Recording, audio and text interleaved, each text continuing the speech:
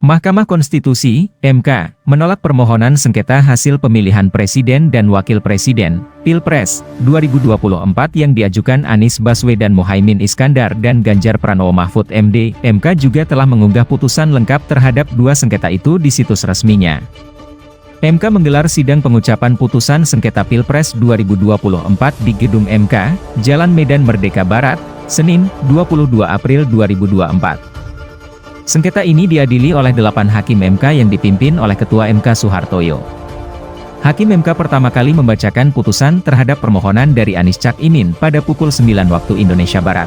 MK awalnya menyatakan berwenang mengadili permohonan Anies Cak Imin.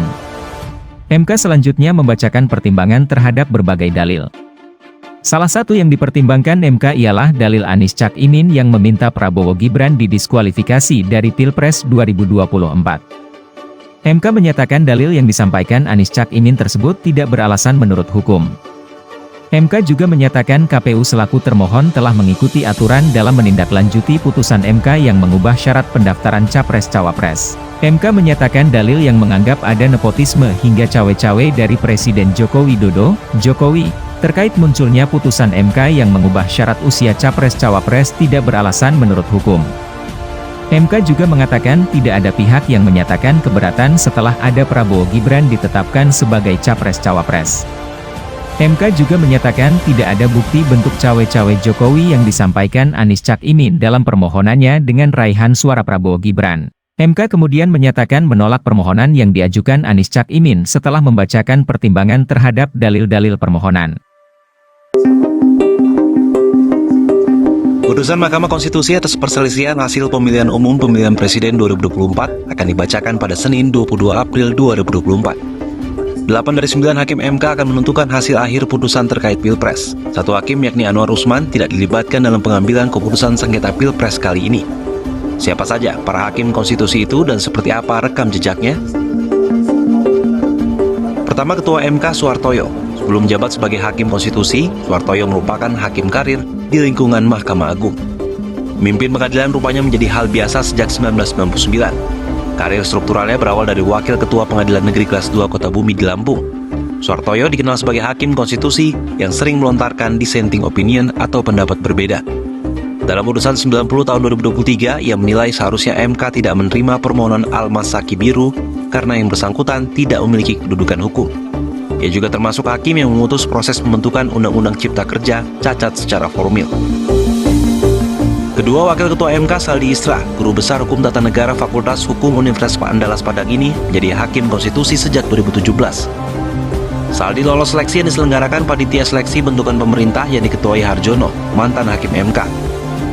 Sebelum menjadi Hakim Konstitusi, Saldi dikenal sebagai dosen, aktivis anti korupsi, dan penulis.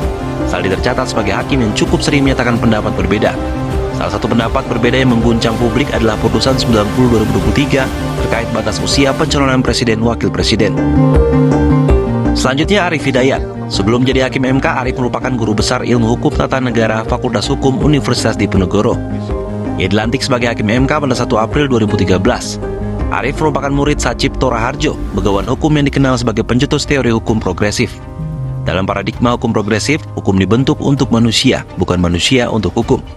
Dalam pelaksanaannya, para penegak hukum diharapkan tidak terbelenggu dengan positivisme hukum yang selama ini telah menyumbang banyak ketidakadilan kepada Yustiaben atau pencari keadilan.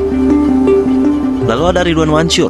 Ridwan pernah mengadili perkara pembunuhan aktivis hak asasi manusia Munir Said Talib. Saat itu ia bertugas di PN Jakarta Pusat dan berstatus sebagai Hakim Tinggi Pengadilan Tinggi DKI Jakarta. Ia menjadi salah satu majelis hakim yang menjatuhkan vonis 14 tahun penjara kepada Polikarpus Budihari Prianto, pilot Garuda Indonesia, yang terbukti terlibat pembunuhan tersebut. Sejak 8 Desember 2023, ia menjadi Hakim Konstitusi dan menjadi anggota Majelis Kehormatan MK dari unsur hakim aktif. Kemudian ada Eni Rubaningsih, yang terpilih menjadi Hakim MK menggantikan Maria Farida Indrati yang masa jabatannya berakhir pada Agustus 2018. Sebelum menjadi Hakim MK, Eni menjabat Kepala Badan Pembinaan Hukum Nasional Kementerian Hukum dan HAM. Eni pernah masuk tim panitia seleksi pimpinan KPK pada 2015. Sebelum dilantik menjadi Hakim MK, Eni sempat menjadi sorotan karena dianggap sebagai orang dekat dari Menkumham Yasona Lauli terkait jabatannya di Kemenkumham. Hakim Daniel Yusmik Pancastaki Foe terpilih sebagai Hakim MK sejak Juli 2020 dengan masa jabatan hingga 2025. Daniel dilantik menggantikan Idewa Gede Palguna yang masuki masa pensiun. Saat menjadi hakim, Daniel diketahui merupakan salah satu hakim yang menyetujui perpanjangan masa jabatan KPK menjadi 5 tahun bersama 4 hakim lainnya, yakni Awal Rusman, Guntur Hamzah, Manahan Stompul, dan Arif Hidayat. Selanjutnya ada nama Guntur Hamzah. Sebelum berkarir di MK, Guntur merupakan seorang akademisi di alma maternya Universitas Hasanuddin. Pada 2015, ia ditunjuk sebagai Sekretaris Jenderal MK sebelum akhirnya menduduki jabatan Hakim MK pada November 2022. Guntur pernah dijatuhi sanksi teguran tertulis usai dinyatakan terbukti mengubah substansi putusan terkait uji materi Undang-Undang MK yang membahas pencopotan Hakim Konstitusi Aswanto Maret 2023. Guntur melanggar kode etik dan asas integritas terkait perubahan substansi perkara yang sempat menjadi polemik publik tersebut. Terakhir ialah sosok Hakim MK Arsul Sani. Arsul pernah melanglang buana di dunia politik lewat Partai Persatuan Pembangunan atau P3. Ia bahkan pernah menjabat Sekretaris Jenderal dan Wakil Ketua Umum partai berlogo Ka'bah itu. Meski berkiprah di politik, karir Arsul dimulai sebagai advokat di Lembaga Bantuan Hukum atau LBH Jakarta pada 1986 hingga 1988. Untuk menghindari konflik kepentingan, Arsul bakal menggunakan hak ingkar dan memutuskan untuk mundur dari penanganan PHPU terkait P3.